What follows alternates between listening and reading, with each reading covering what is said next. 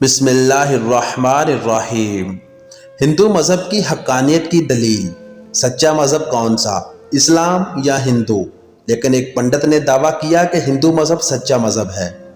حضرت شاہ عبدالعزیز محدث دہلوی رحمۃ اللہ علیہ کے زمانے میں ایک ہندو پنڈت نے ایک اعلان کیا کہ ہندو مذہب سچا مذہب ہے اور اسلام جھوٹا مذہب ہے، اور دلیل اس نے یہ پیش کی کہ ہمارا فلاں مندر جو 2000 سال سے بنا ہوا ہے آج تک بالکل صحیح سالم ہے، اس کی دیواریں، کھڑکیاں، دروازے، گرد سب کچھ ویسے کا ویسے آج تک اپنی اصلی حالت میں موجود ہے، جبکہ مسلمانوں کی مساجد 1 سال بھی نہیں گزرتا کہ رنگ و روگن، در و دیوار، دروازے، کھڑکیاں سب کچھ خراب ہونا شروع ہو جاتے ہیں۔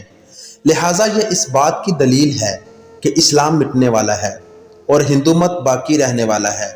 مسلمانوں کی اکثریت اس پروپیگنڈے کا جواب دینے میں ناکام رہی، اور اس کی وجہ سے لوگ بہت شش و پنج میں مبتلا ہو گئے کہ اس پروپیگنڈے کا روک تھام کیسے کیا جائے۔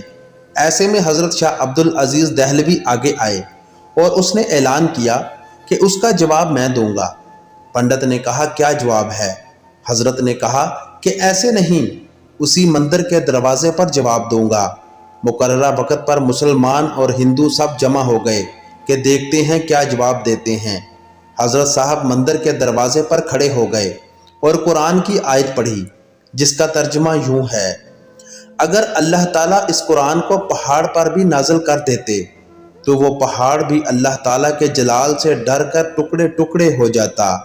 آپ آیت پڑھتے جاتے اور مندر کے در و دیوار، دروازوں کی طرف انگلی سے اشارہ کرتے جاتے۔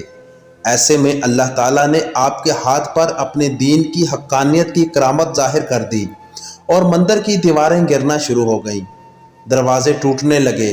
مسلمانوں نے اللہ اکبر کا نعرہ لگایا۔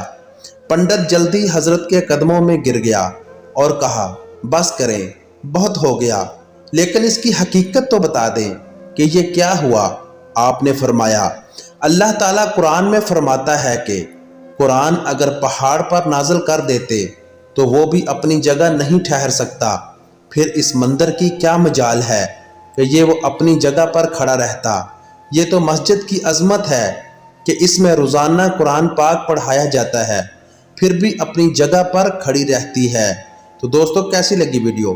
اچھی لگے تو دوستوں کے ساتھ شیئر کریں، لائک کریں، چینل کو سبسکرائب کر کے بیل نوٹیفیکیشن دبا لیں تاکہ ہر نئی آنے والی ویڈیو کا نوٹیفیکیشن آپ کو بر وقت ملتا رہے۔ اللہ حافظ۔